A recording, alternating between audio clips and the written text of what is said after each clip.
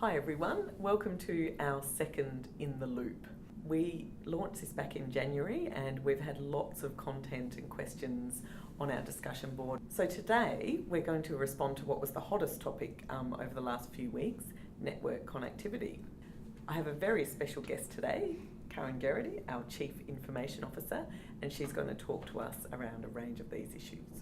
So Karen, can you talk to us, given the size and shape of Duna, what is the problem that we're talking about here? So Duna is actually quite unusual as a department because we have what we would call big footprint. We have lots of regional and remote sites that we need to connect back to the city and back to the system so we can share and collaborate on documents and files. So for instance, we have 6 sites that can only be accessed by satellite communication. We have over 25 that are on the mobile network, and a lot of that is still 3G instead of 4G. And so we have lots of different, very small areas and quite remote locations.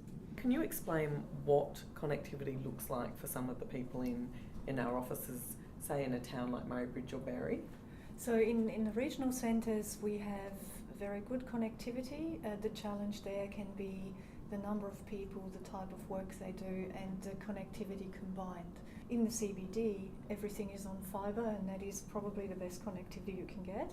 And then we have some offices that are very remote, like in Aminka, and some that are only connected through satellite, which is really the connection of last resort, because there's really nothing else available.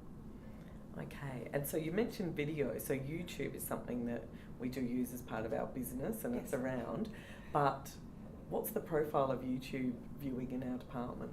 We're actually a high user of YouTube, interestingly. So we, in our internet downloads, which is something that we can monitor through our technology, half of our downloads are YouTube downloads. So of 1 terabyte, which is quite a staggering amount of data, half of that, in increasingly more, a greater percentage, is YouTube. So do you want to reflect, Karen, on some of the external and the internal factors that are at play for us? So there's some things that we can't control and some we can. So some of the external factors, Sandy, are that Australia itself is 44th in the world in terms of internet connectivity. That's not exactly a really good achievement. Fabulous, no. And of course, because we're a state that has, and we're a department with great physical diversity and lots of different sites, there's a difference in what's achievable at what site. There are whole of government contracts that we have to purchase from. There are physical limitations to what connectivity is available at what point, and I guess a great sort of example would be if you go driving, you'll find that your phone will in many spots not have coverage.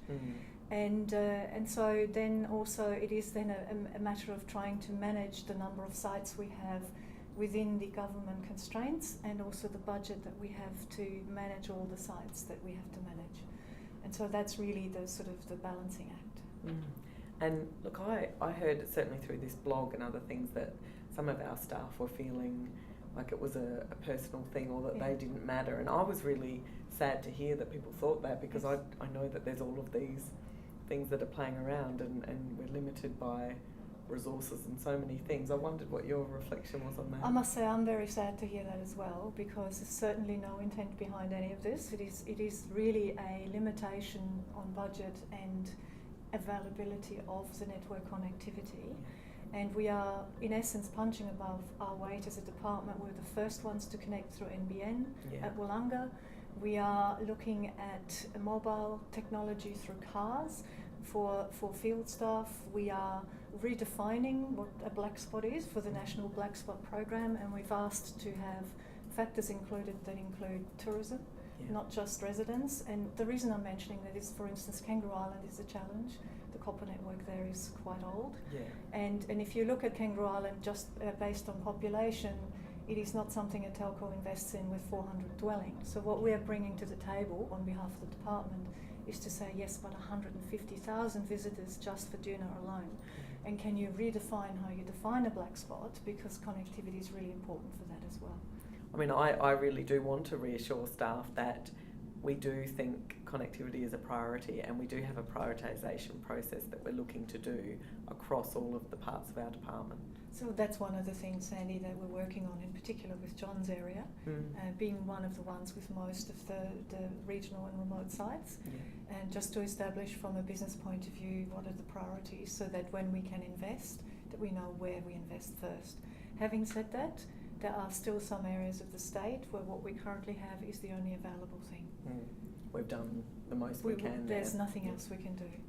So Karen, thank you for this overview and for giving your time to this, and I know that because there is so much interest in the department, we're also having the Managers Forum in May is also looking at the issue, so hopefully we'll keep building people's awareness and opportunities. So I'd like to say firstly thank you to Tammy Edwards, who raised this issue for our discussion today. And it's important to remind everyone that we'll be answering questions and issues on the discussion board of In the Loop in between these video sessions. So keep an eye out on the discussion board, and you too can contribute to the ongoing conversation. So thanks to everyone for watching, and we look forward to seeing you at the next In the Loop.